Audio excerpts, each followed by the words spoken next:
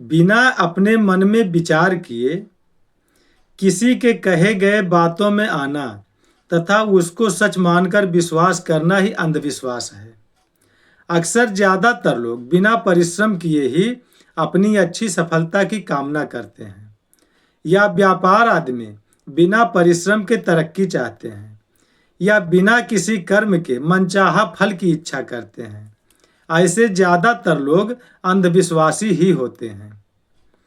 अंधविश्वासी व्यक्ति जिस किसी में विश्वास करता है उसको वह अपना सब कुछ समझता है, यहाँ तक कि वह अपने कर्म तथा ईश्वर को भी भूल जाता है।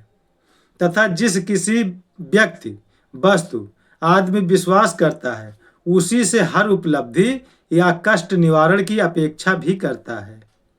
वैसे तो अंधविश्वासी व्यक्ति अक्सर ठगे ही जाते हैं।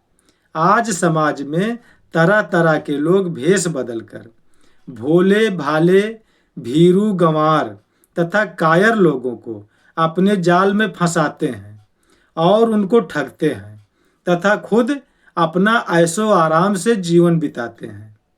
इनके जाल में फंसकर कभी कभी निर्दोष व्यक्ति अपनी जान तक गंवा देते हैं। कुछ लोग संत महात्माओं का चोला पहनकर खुद को चमत्कारी बाबा घोषित करते हैं। उनको चमत्कारी घोषित करने में उनके बहुतेरे चट्टे बट्टे उनका झूठा गुणगान करते नहीं थकते, जिसमें बीमार, मजबूर, गरीब लोग बेचारे इनके बातों के झांसे में आकर इनके जालों में आसानी से फंस जाते हैं तथा ये ढोंगी लोग उनका शोषण ही करते हैं। इसी अंधविश्वास रूपी जाल में फंसकर गरीब मजबूर लोग अपना सब कुछ बिगाड़ लेते हैं। एक देहाती कहावत है कि कौवा कान लेकर गया। लोग अपने कान को न छूकर कौवे का पीछा करते हैं, जबकि उनका कान उनके पास ही है। वह परम पिता परमेश्वर हमको सुख, दुख, गरीबी तथा बीमारी देकर हमारे धैर्य और उत्साह की परीक्षा लेता है। और हम जो हमारे तरह से पैदा हुआ व्यक्ति हमसे भी बदतर पृष्ठभूमि रखने वाला होता है, हम उसमें विश्वास करके अपना बुरा ही करते हैं।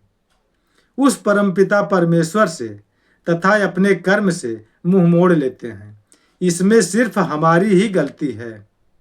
जिस दिन से मनुष्य अपने ऊपर तथा अपने कर्मों में विश्वास करेगा कि हम जो कर्म करेंगे वह परम पिता परमेश्वर हमको वैसा ही फल देंगे।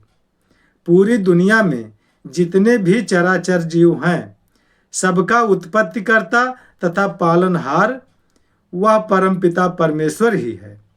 जो जैसा कर्म करता है उसको वैसा फल देता है। ना तो वह किसी का दोस्त है ना दुश्मन। वह सबको समान रूप से पैदा करता है तथा सबको समान रूप से ही देखता है। बस मात्र वह हमारे कर्मों के हिसाब से हमको फल देता है। हमें अच्छा कर्म करके उस परम पिता के सन्निकट ही रहकर अपना जीवन यापन करना है तथा हम सुखी अथवा दुखी मात्र अपने कर्मों के द्वारा ही होते हैं। इसमें एकमात्र ईश्वर के अलावा किसी और का कोई बस नहीं है। जब मनुष्य इन बातों को मान लेगा, अंधविश्वास रूपी अंधेरा अपने आप ही छटने लगेगा। धन्यवाद।